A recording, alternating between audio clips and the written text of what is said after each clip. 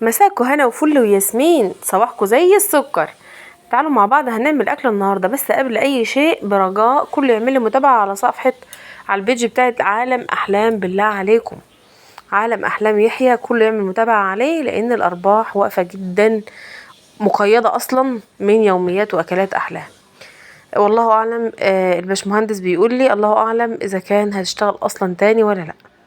فالله المستعان ودعواتكم، وربنا يا رب كل اللي بيتمنى لي خير ربنا يا رب يرزقه اضعاف مضاعفه بحق جاه النبي رسوله، وكل اللي بيتمنى لي شر يا رب كل واحد بيتمنى حاجه لغيره ربنا يدوقه من نفس الكاس بحق جاه النبي رسوله. نسمي الله بقى كده ونصلي على الحبيب ونشوف البطه المكسحه دي، البت ندى سلفتي المفتريه القادره. البطه دي انا طلعت احط البط بتاعي، لقيت البطه دي يا قلب امها باين حاجه ضربها في رجليها اقسم بالله ما بهزر عليه، بقول لكم الموضوع بكل صراحه. وبعدين لقيتها ماشيه تهرج كده وخست كده ومعلش عجباني وهفتني يا قلب وملهاش نفس للاكل. هي مش ملهاش نفس الاكل ده، انا ساعه ما حطيت الاكل هجمت على الاكل، بس هي لقيتها بتعرج كده برجلها. قلت لها لا يا ندى، قالت لي نعم. قلت لها انا هذبح البطه دي وتنضفيها، يعني تنضفي ايه جبروت السلفه الكبيره دي؟ قلت لها ما فيش الا كده. بدل انا حكمت ان انت الساعه 2 بالليل، بدل انا حكمت ان انت تنضفي البطه النهارده يعني هتنضفيها. قالت لي ماشي وسيستني يا ولاد، وقالت خلاص ماشي وتمام، وانا هعمل لها البطه، بس ما كنتش اعرف اللي هي ناويه عليه. المهم نضفت لي البطه، وبعدين قالت لي اعملي حسابي. قلت لها قالت لي انا نضفت لك البطه خليتها زي الفل. قلت لها اتفضلي. قالت لي حكما عليك تتاكل بكره. يهديكي يرضيكي يا بنتي، احنا ما بناكلش الا كل 15 يوم. قالت لي لا ابدا بكره هناكل. يا بنتي انت لسه واكله من شهر فراخ ولحمه وبط من شهر، الموضوع لسه ما عداش عليه سنه تقولك لا ابدا. ابدا لازم هناكل بط بكره. قلت يلا هو اسراف باسراف وتبذر بتبذر، واعمل لها البطه وامر الى الله. بعدين بقى احنا عندنا حد من العيال ما بياكلش البط، لازم جبنا ما شاء الله فرخه كانت عندي في الفريزر اللهم بارك، اخدنا منها الصدر علشان نحط ده اللي مش بياكل بط ياكل ياكل فراخ، اطفال يعني ما بيحبوش البط. قطعت الفرخه اللي كانت موجوده كلها بحيث ان انا مطلعها كده اطلعها على طول، وخدت الاربع قطع اللي هم بتوع الصدر دول هنقعهم بقى نقعه حلوه وغسله حلوه كده، وبقيه الفرخه بتاعتي هقطعها حلو عشان ما اطلعها باذن الله اعملها تتعمل على طول بقى، مش يعني بتتفك بسرعه لما الحاجه تكون مقطعه كده بتتفك معاك بسرعه ما شاء الله اللهم بارك كبيره. فقطعت الورك اللي معايا ده 3 قطع كده، الله اعلم هعملها ساعتها بقى ايا كان، هي ما شاء الله النايب حلو وقطع حلوه. والدنيا حر بصراحه ما حدش بياكل والله العظيم بجد انا بقول لهم ما يسواش ان احنا نقف في المطبخ ونهد نفسنا يا ولاد، بالذات الحاجات اللي فيها طبيخ يعني.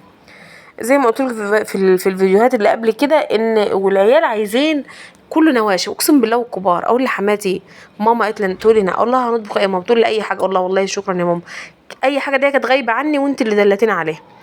احلام اعملي اي حاجه. اللهم صل على النبي. اهو انا قاعده حلو جدا. طبعا البطه دي كانت مغسوله زي الفل، وعملت لها مرطه الدمياط الاصيله. احنا عارفين مرطه الدمياط الاصيله يا جماعه، عارفينها ولا ما انتوا عارفينها؟ اكيد انتوا عارفينها، اللي هي البصل متقطع، وقطعت معاها الكبده بتاعه البطه وحطيت عليها ملح وفلفل اسود و مرطوم حلو، وحشيت البطه بتاعتي بعد ما اتغسلت غسيل حلو جدا.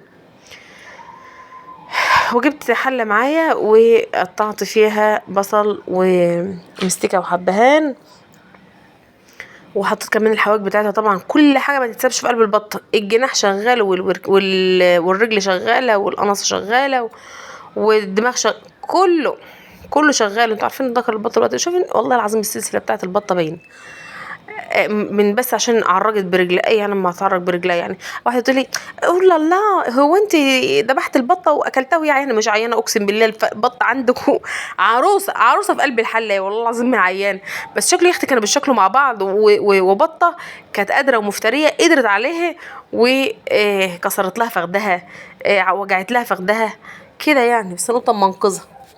وكمان جبنا بصلة كبيرة وقطعناها زي ما انتم شايفين ناعم، وحطينا معاها ملح وفلفل وكركم، وحطيت عليها حبايتين من الطماطم ومرطوهم كويس جدا، وحطيتهم على البطة بتاعتي لحد ما تتشرب منها كده، تسيبها حوالي 10 دقايق معاها، وبعد كده تنزل عليها بالميه بتاعتك وتظبطي حالك. وقفلت عليه وكمان سلقت على اللوبيا. الوقت اهو تلاقي الطبق كله جاي.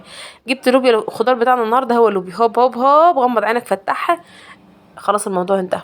طبعا اللوبيا احنا كلنا شاطرين وبنعرف نطبخ، كلنا بنعرف نحمر، احنا كلنا شاطرين، احنا بس بنعمل فيديوهات عشان نتكلم مع بعضينا.